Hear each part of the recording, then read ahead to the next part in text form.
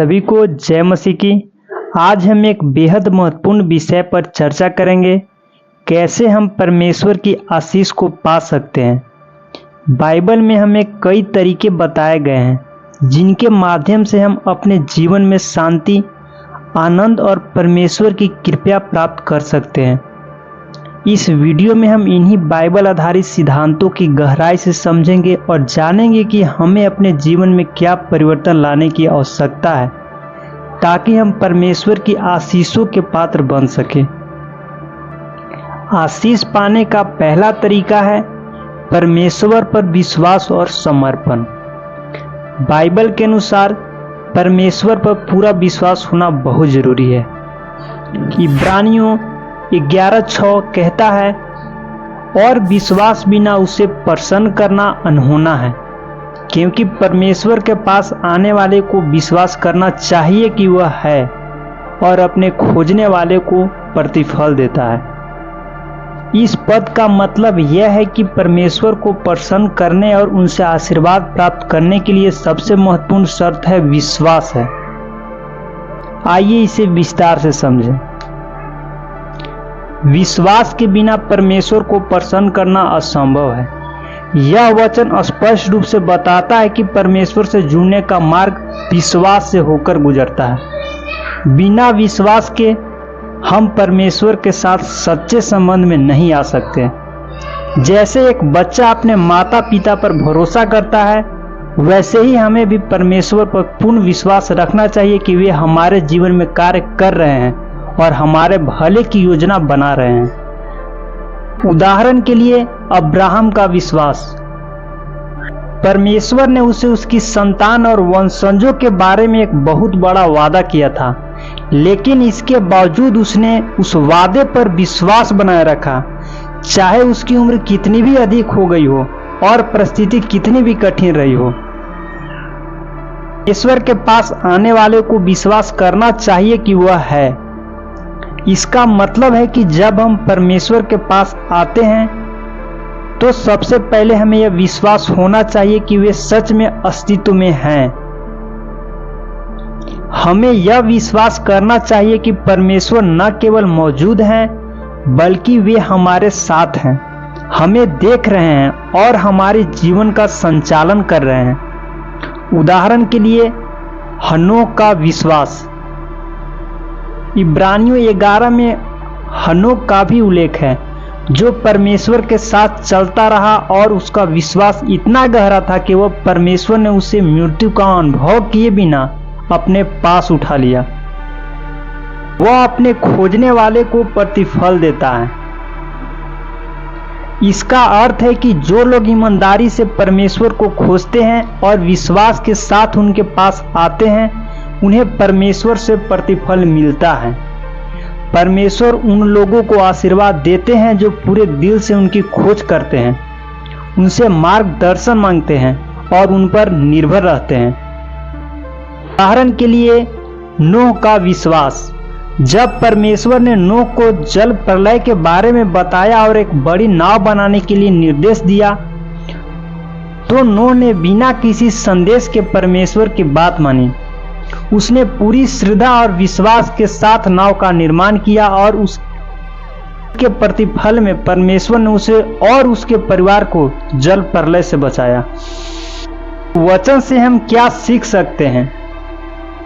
विश्वास की अहमियत। जब तक हमारे अंदर दृढ़ विश्वास नहीं होगा, तब तक हम परमेश्वर के मार्ग पर सच्चाई से नहीं चल सकते।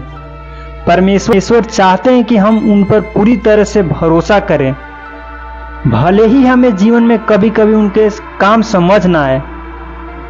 11:6 हमें सिखाता है कि परमेश्वर की प्रसन्नता पाने और उनसे आशीर्वाद प्राप्त करने का एकमात्र मार्ग विश्वास के माध्यम से है।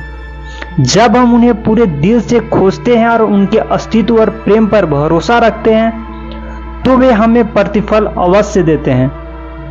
परमेश्वर पर विश्वास का मतलब है कि हम उसे अपने जीवन का केंद्र बना लें और हर निर्णय में उसकी इच्छा को महत्व दें।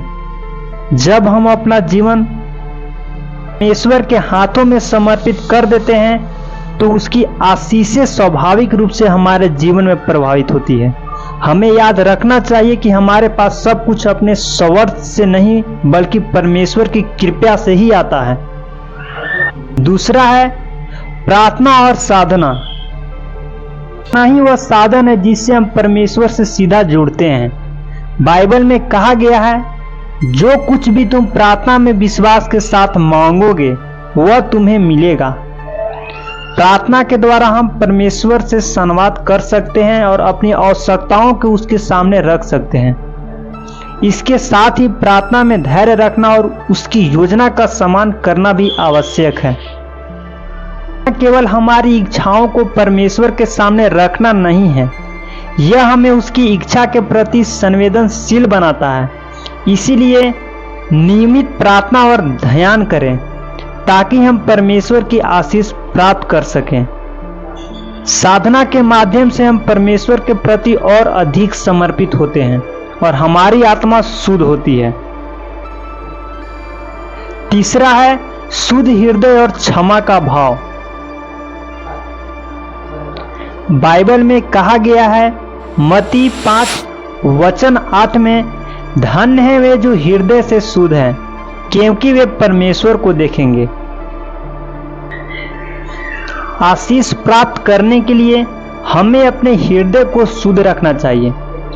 शुद्ध हृदय का अर्थ है कि हम अपने अंदर के किसी भी प्रकार की नफरत, ईर्ष्या और बुरे विचारों को स्थान न दें। हमें दूसरे को माफ करना और स्वभाव रखना चाहिए, चाहे उन्होंने हमारे साथ कितना ही बुरा किया हो। जब हम अपने हृदय से सभी नकारात्मकता को निकाल देते हैं और दूसरों को माफ कर देते हैं, तब परमेश्वर का प्रेम और शांति हमारे जीवन में आती है। इस तरह हम शुद्ध और स्वस्थ आत्मा से परमेश्वर के आशीष को पाने के योग्य बन जाते हैं। चौथा है धैर्य और सहनशीलता। बाइबल सिखाती है कि हमें धैर्य और सहनशीलता को अपनाना चाहिए। इब्रानियों 6:12 में लिखा है, ताकि तुम आलसी ना हो जाओ, वरन उनका अनुकरण करो जो विश्वास और धीरज के द्वारा प्रतिज्ञाओं के वारिस होते हैं। जीवन में कठिनाइयां और परीक्षाएं आती हैं, लेकिन यह हमें कमजोर करने के लिए नहीं बल्कि हमें मजबूत बनाने के लिए होती है। यदि हम अपनी आशीष को प्राप्त करना चाहते हैं तो हमें इन कठिनाइयों का सामना धैर्य और विश्वास के साथ करना होगा। धैर्य रखना आसान नहीं होता, लेकिन परमेश्वर हमें धैर्य की परीक्षा के माध्यम से सिखाता है कि हमें उसकी योजना पर विश्वास करना चाहिए। उसकी आशीषें हमारे जीवन में सही समय पर आती है, इसीलिए हमें धैर्य रखना और उसके समय पर भरोसा करना चाहिए। पांचवा है परमेश्वर की सेवा और दूसरों की सहायता। बाइबल में सेवा और सहायता का महत्व बहुत गहरा है। नीति वचन 11:25 आयत में लिखा, दान करने वाला सदा संतुष्ट रहेगा और जो दूसरों को तृप्त करता है वह भी तृप्त किया जाएगा। जब हम दूसरों की सेवा करते हैं और उनकी मदद करते हैं, तब परमेश्वर हमारे जीवन में आशीषें लाता है। यह सेवा केवल भौतिक रूप से नहीं बल्कि भावनात्मक और आध्यात्मिक सहायता के रूप में भी हो सकती है। परमेश्वर कहना है कि जब हम जरूरतमंदों की सहायता करते हैं तो हम उसकी सेवा करते हैं। सेवा भाव काम करने से हमारा हृदय प्रेम और करुणा से भरता है और हम उसकी कृपा और आशीष को और भी अधिक गहराई से अनुभव करते हैं। आशीष प्राप्त करने का छठा तरीका है धन्यवाद और प्रशंसा। धन्यवाद और प्रशंसा के भाव से परमेश्वर के प्रति आभार व्यक्त करना बहुत महत्वपूर्ण है। बाइबल में कहा गया है, हर बात में धन्यवाद करो, क्योंकि मसीह यीशु में तुम्हारे लिए परमेश्वर की यही इच्छा है। जब हम परमेश्वर के हर छोटे बड़े आशीर्वादों के लिए उसका धन्यवाद करते हैं तो वह हमें अधिक आशीर्वादों को नवाजता है। आभार व्यक्त करने का यह भाव हमारी आत्मा को शांति और संतोष से भर देता है और हमें यह समझ में आता है कि परमेश्वर का प्यार और उसकी कृपा हमारे जीवन में हर समय बनी रहती है। इसीलिए उसकी आशीषों को पाने के लिए हमें हर हाल में उसका धन्यवाद करना चाहिए। परमेश्वर से आशीष प्राप्त करने का 7वां तरीका है बाइबल का अध्ययन और पालन। बाइबल हमारे जीवन के लिए एक मार्गदर्शक है। इसमें हमें वो सब कुछ मिलता है जो हमारे लिए अच्छा है। भजन संहिता 119:105 आयत में लिखा, तेरा वचन मेरे पांव के लिए दीपक और मेरे मार्ग के लिए उजियाला है। जब हम बाइबल का अध्ययन करते हैं तो हमें परमेश्वर की इच्छा और उसकी आज्ञाओं का ज्ञान होता है। यह ज्ञान हमें सही और गलत में अंतर बताता है और हमारे मार्ग को सुस्पष्ट करता है।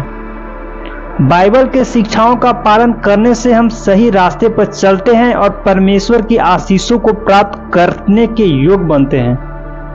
यह हमारे जीवन को हर क्षेत्र में हमारे संबंधों को मजबूत बनाता है। परमेश्वर की आशीष पाना हमारे जीवन का सबसे बड़ा आशीर्वाद है, लेकिन इसके लिए हमें अपनी आंतरिक और बाहरी जीवन शैली में कुछ बदलाव लाने की आवश्यकता है।